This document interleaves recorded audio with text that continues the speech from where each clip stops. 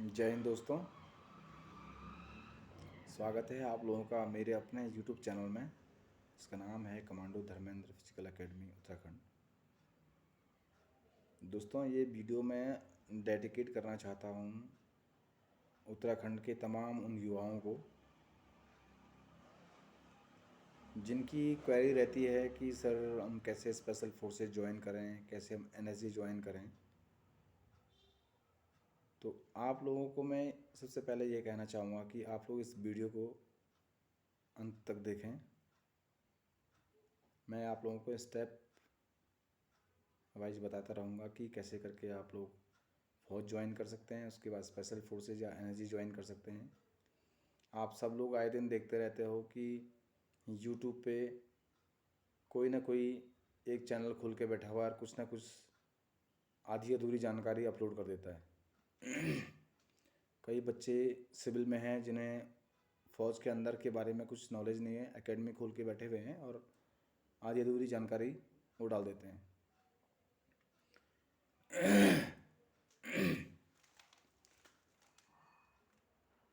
आप लोगों को ये बताना ज़रूरी समझता हूँ कि सब लोग जानते हैं कि उत्तराखंड में कर्नल कोठियाल साहब की एक यूथ फाउंडेशन, एक एकेडमी समझ लीजिए खोली हुई है। बहुत अच्छा काम चल रहा है, बहुत अच्छा बच्चे वहाँ पे मेहनत करते हैं, अच्छे इंस्ट्रक्टर हैं वहाँ पे, बहुत अच्छा इन्वायरमेंट है बच्चों के लिए। फ्री ऑफ कॉस्ट साहब ने अपना जितना कुछ साहब कर पाते हैं वहाँ पे कर रहे हैं बच्चों के लिए। मैक्सिमम बच्चे, मैं तो ये कहूँगा कि मैक्सिमम बच्चों को ज्वाइन करना चाहिए। बट कई कभार क्या हो जाता है कि कई बच्चे घर की मजबूरियों के कारण इतना टाइम स्पेयर दे के वहाँ पे नहीं आ पाते हैं। जो आते हैं उनका 90+% उनका जो है रिजल्ट रहता है कि वो 90% से ऊपर जो है लड़के वहाँ पे फ़ौज में सिलेक्शन ले लेते हैं। तो साहब को हमारी ओर से, साहब की तमाम टीम जो काम कर रही है, बच्चों को ट्रेन करने के लिए जो मेहनत कर रही है, साहब को दिल से सैल्यूट है। और मैं भी कई बार कैंपों में जाता रहता हूँ बच्चों को मोटिवेट करने के लिए, बच्चों से बात करने के लिए। गढ़वाल की तकरीबन जो है 2-3 डिस्ट्रिक्ट को छोड़ के, टिहरी उत्तरकाशी डिस्ट्रिक्ट को छोड़ के, मैं तकरीबन हर डिस्ट्रिक्ट के जो भी साहब के कैंप हैं फाउंडेशन के उनमें जाता रहता हूँ और मेरी बच्चों से मुलाकात होती रहती है। तो अब ये वीडियो को आगे बढ़ाता हूँ मैं। स्पेशल फोर्सेस ज्वाइन करने के लिए सबसे पहले आपको मैं ये बता दूँ कि मैंने 2003 में स्पेशल फोर्सेस ज्वाइन करी थी और मैं 19 में स्वेच्छा से अपने यूनिट में वापस आया हूँ। आपको सबसे पहले स्पेशल फोर्सेस ज्वाइन करने के लिए रेगुलर इंडियन आर्मी में भर्ती होना पड़ेगा एंड उसके बाद आपको वॉलंटियर होके स्पेशल फोर्सेस में जाना पड़ेगा और 90 डेज़ के प्रोबेशन के बाद आपको वहाँ पे सिलेक्शन लेना पड़ेगा। सिलेक्शन लेने के बाद आपको बेसिक जंप के लिए आगरा भेजा जाएगा और उसके बाद आपकी मैरूनिंग होगी और आप विंग्स पहन के स्पेशल फोर्सेस का पार्ट बन जाओगे। वहाँ पे बहुत सारी फैसिलिटीज़ नहीं हैं, अलाउंसेस बहुत अच्छे हैं वहाँ पे और एक बुलेट टू बुलेट काम करने का मौका मिलता है।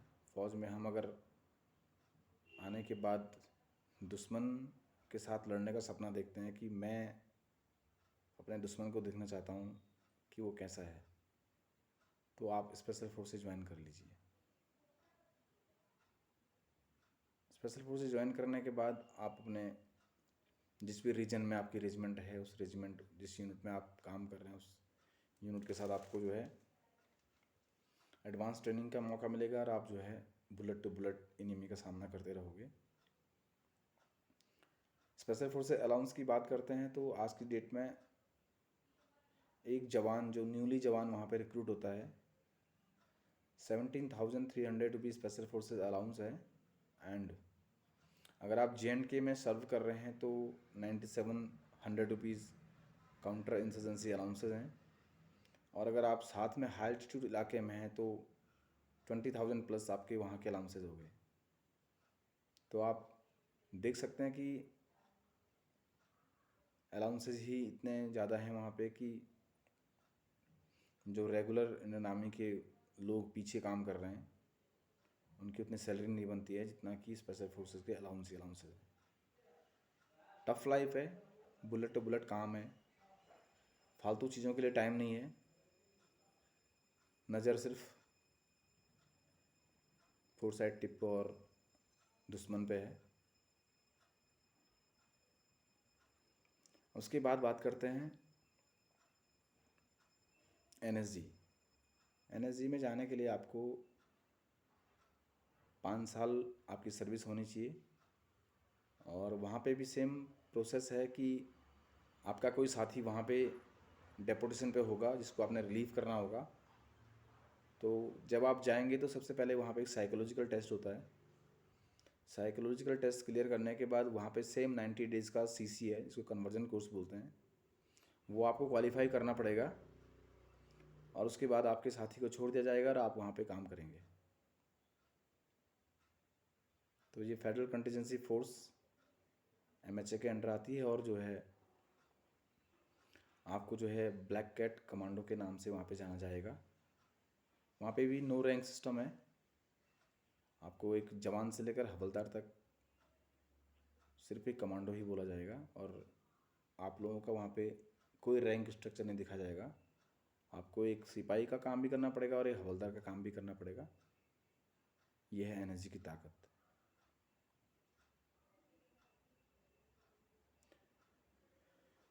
स्पेशल फोर्सेस के एक्सपीरियंस में मैं आप लोगों को कहना चाहूँगा कि अभी आप लोग अपने अपने यूनिट में जाने के बाद वॉलंटियर हो जाइए कि स्पेशल फोर्सेस में जाना है। अगर 10 बच्चे एक यूनिट से चले गए और 8 का सिलेक्शन हो गया तो 8 तो रिमेस्ट हो जाएंगे उसी रेजिमेंट में, पैरा रेजिमेंट में और पैरा रेजिमेंट की जिस भी यूनिट में आप कोर्स कर रहे हैं वहाँ पे 2 बच्चे जो वापस आते हैं वो कुछ ना कुछ सीख के आते हैं। 90 डेज में वो इतना कुछ सीख के आ जाते हैं कि यहाँ पे एक 20 से 24 साल के हवलदार के एक्सपीरियंस के बराबर वो वहाँ पे 90 डेज में सीख लेते हैं। तो मैं सभी बच्चों से ये कहना चाहूँगा कि जितनी बातें मैंने बताई हैं उन सब बातों पे गौर करिए और यूट्यूब के जो यूट्यूबर हैं स्पेशल फोर्सेस के बारे में कुछ ना कुछ उल्टा सीधा डालते हैं कि ऐसे होता है वैसे होता है, ये है वो है, तो इन चीज़ों पे ज़्यादा गौर ना करिए। जितनी चीज़ें मैंने बताई है मेरा अपना एक्सपीरियंस है कि गढ़वाल या कुमाऊँ रीजन के 10 बच्चों में से जो है 8 बच्चों का वहाँ पे सिलेक्शन हो जाता है। 2 बच्चे किसी जेन्युइन रीजन से वापस आते हैं, अदरवाइज़ 8 बच्चे वहाँ पे सिलेक्शन लेते हैं क्योंकि जितना टफ रीजन हमारा उत्तराखंड है उतना कहीं भी नहीं है। तो आप लोग सबसे पहले वॉलंटियर हुई। ज़िंदगी में आप अगर सेना में रहते हुए वॉलंटियर नहीं होंगे तो आप कुछ नहीं कर पाएंगे। मेरे कई दोस्त हैं जो मुझे ये मोटिवेट करते थे कि भाई यार सेना में वॉलंटियर नहीं होना है, और जिन्होंने मुझे स्पेशल फोर्स में भेजा इस काबिल बनाया कि हम वहाँ पर सिलेक्शन ले पाएँ, उन्होंने मुझे यही सिखाया कि ज़िंदगी में सेना में रहते हुए अगर आप वॉलंटियर नहीं होंगे तो कुछ नहीं कर पाएंगे।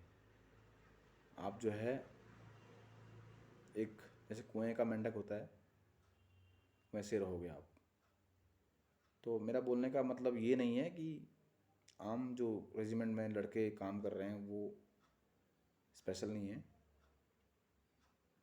सब स्पेशल है अपनी जगह पे, हर किसी को अपने आप को स्पेशल समझना भी चाहिए।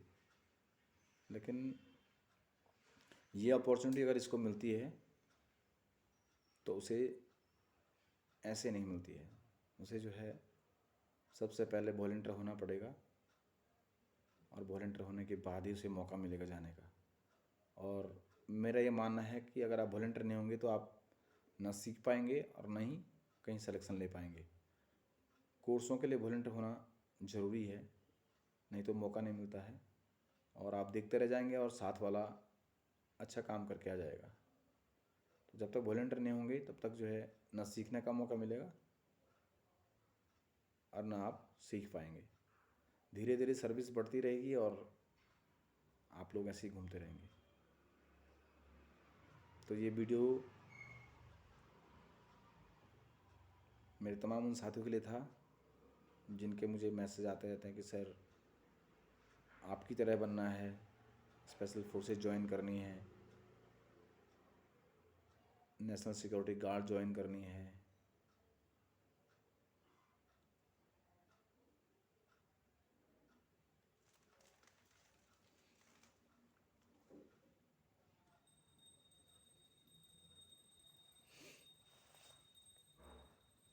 अंत में मैं इस वीडियो को ख़त्म करने से पहले मेरे दिल से एक आवाज़ निकल रही है